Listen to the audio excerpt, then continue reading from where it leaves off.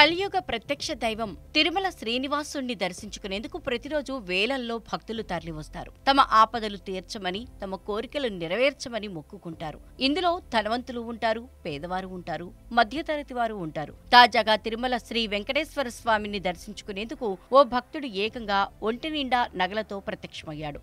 అలంకరణలో స్వామివారితోనే పోటీ పడుతున్నట్లుగా ఆయన ఒంటి నిండా నగలతో తిరుమల వీధుల్లో నడుస్తుంటే భక్తులు ఆసక్తిగా చూస్తూ ఉండిపోయారు. ఆ భక్తుడితో సెల్ఫీలకు పోటీ పడ్డారు. దాదాపు 3 కిలోలకు పైగానే బంగారు ఆభరణాలు ధరించి అలంకార ప్రియుడైన శ్రీనివాసుణ్ణి దర్శించుకుని తరించాడు గుంటూరు జిల్లా మంగళగిరికి చెందిన గడ్డిపాటి సాంబశివరావు.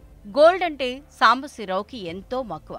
10 వేళ్లకు పెద్ద పెద్ద ఉంగరాలు, చేతి నిండా కడియాలు, మెడ నిండా గొలుసులతో స్వామి సన్నిధికి నగల దుకాణం కదిలి వస్తోందా అన్నట్లుగా అందర్నీ ఆశ్చర్యానికి గురిచేశాడు. ఇదంతా స్వామి ఆశీర్వాదమేనని చెప్తున్నారు సాంబశివరావు. ఒంటి నిండా నగలతో మెరిసిపోతున్న గోల్డ్ మెన్తో సెల్ఫీలకు ఎగబడ్డారు భక్తులు.